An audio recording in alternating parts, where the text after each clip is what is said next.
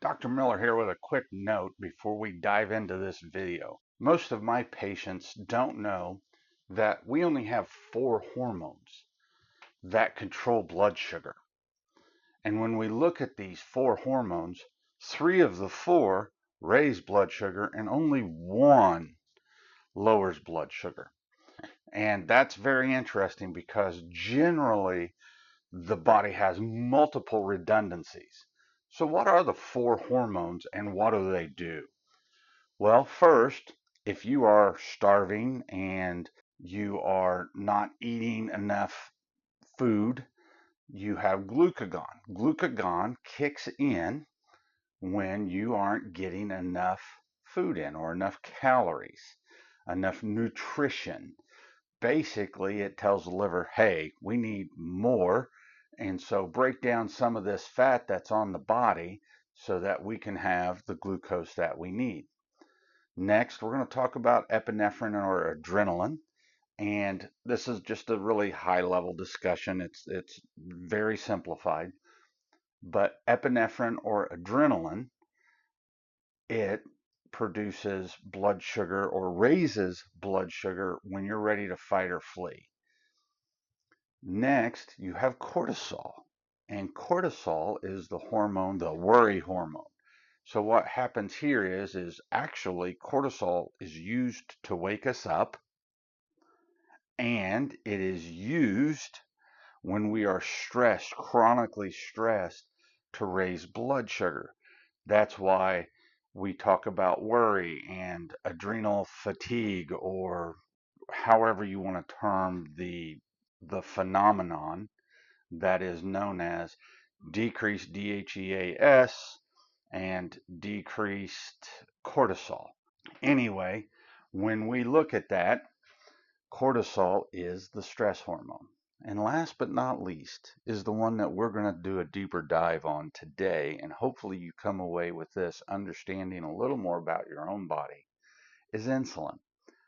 Insulin is the only hormone that lowers blood sugar. So out of the 4 that we have that control blood sugar, 3 raise it, 1 lowers it. Which do you think is most important? Now onto the video. Hello, I'm Dr. Miller, and today I'm going to explain insulin in a language that everybody here can easily understand. whether you're dealing with diabetes, insulin resistance, curious about your health, or just want to know more. This will cover the basics and some important details. We'll talk about how insulin was discovered, why it's crucial for your body, some things that functional medicine gets right, and some things that medical science might be getting wrong. I did that wrong. Oh, geez. We'll also discuss what optimal levels of insulin should look like, the symptoms of insulin being too high or too low. So let's dive in. First, the discovery of insulin is one of the greatest stories in medicine. Back in 1921 at the University of Toronto, a team led by Dr. Frederick Banting and Charles Best, working under John McLeod, figured out how to extract insulin from an animal pancreas. They were trying to help people with type 1 diabetes since they don't produce insulin and they had no good treatments at the time, and the type 1 diabetics often died young.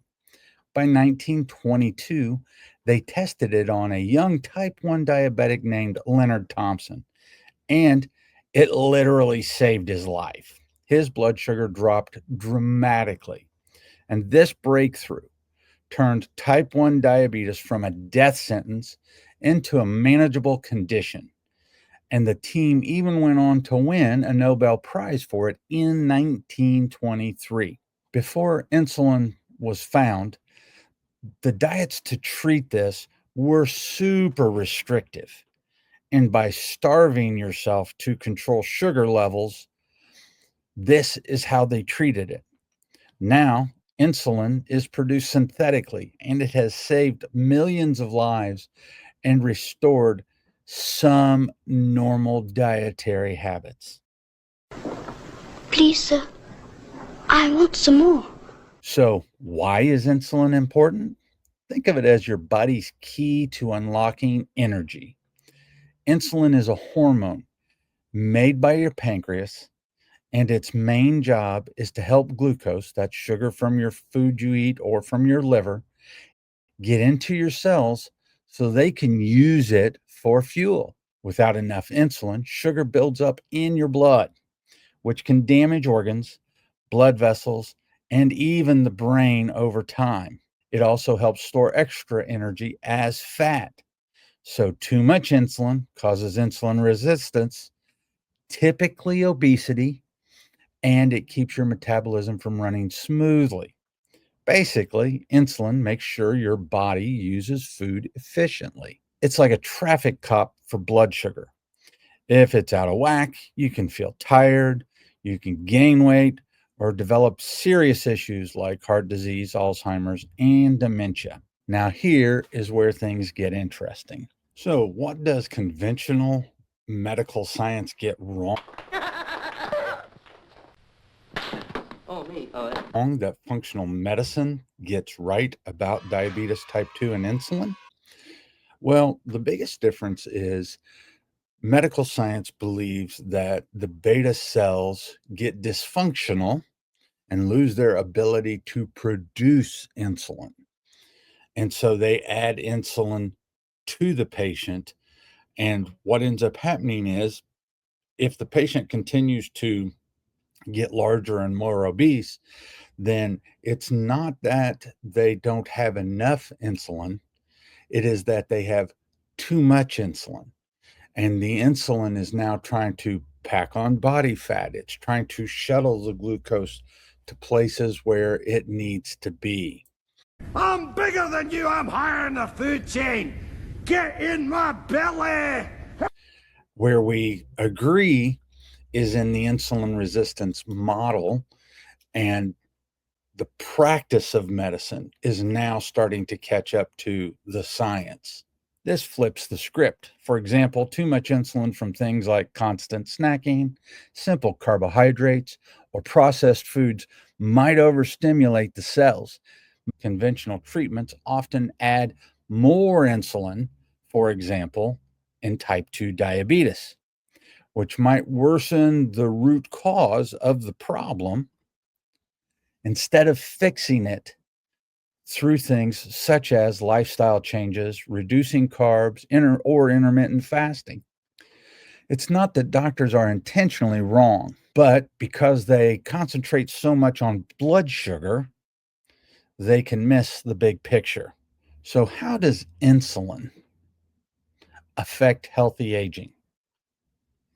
Well, insulin does regulate blood sugar. It brings blood sugar down.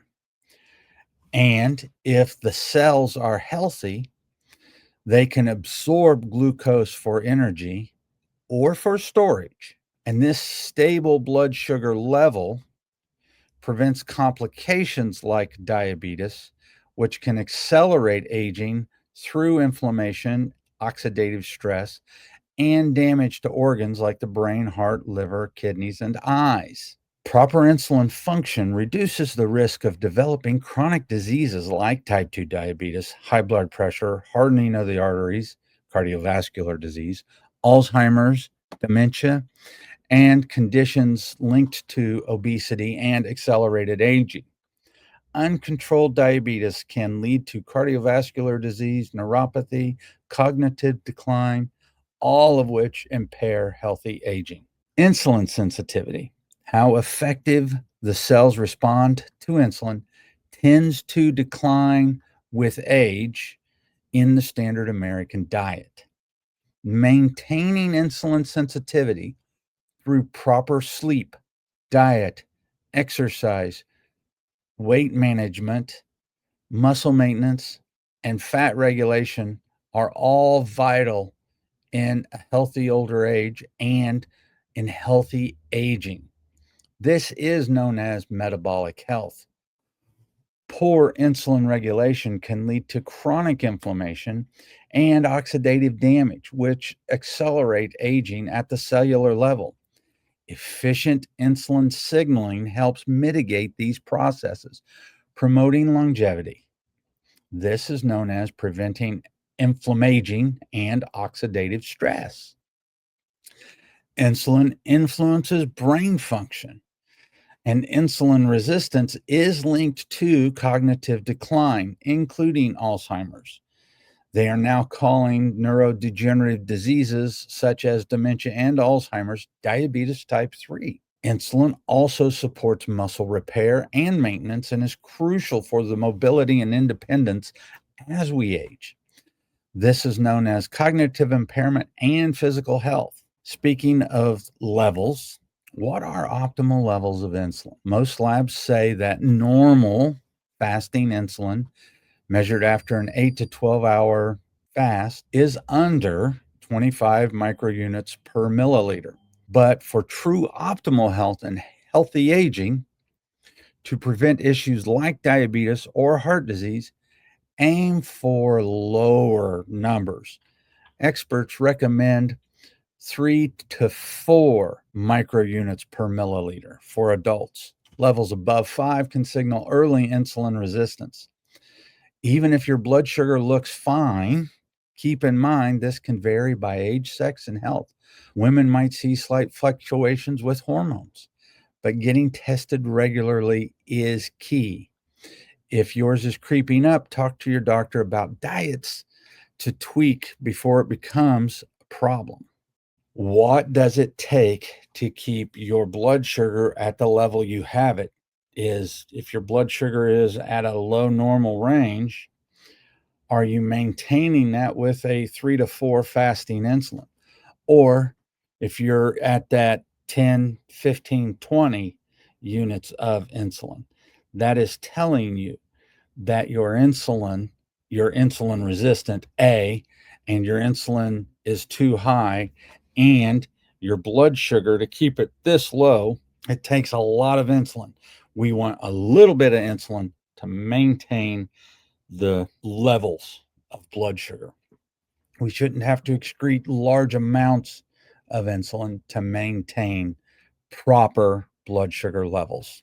Finally, let's cover some symptoms. Low insulin levels, like in type 1 diabetes or advanced type 2, means your body can't move sugar into the cells. So blood sugar rises, hyperglycemia. Watch for things like increased thirst, frequent urination. I can't believe it! He drank it all! Help me out! Jeez, I gotta take a leak so bad I can taste it! Unexplained weight loss, fatigue, blurred vision, or slow healing wounds. It can make you feel constantly hungry yet weak, and over time, it harms the nerves and organs and can cause things like neuropathy. So that's numbness and tingling in the hands and feet. On the flip side, high insulin levels, hyperinsulinemia, often push blood sugar too low, hypoglycemia, especially if you're on medications. Symptoms include shakiness, sweating, rapid heartbeat, hunger, irritability, confusion, dizziness, or even seizures in severe cases.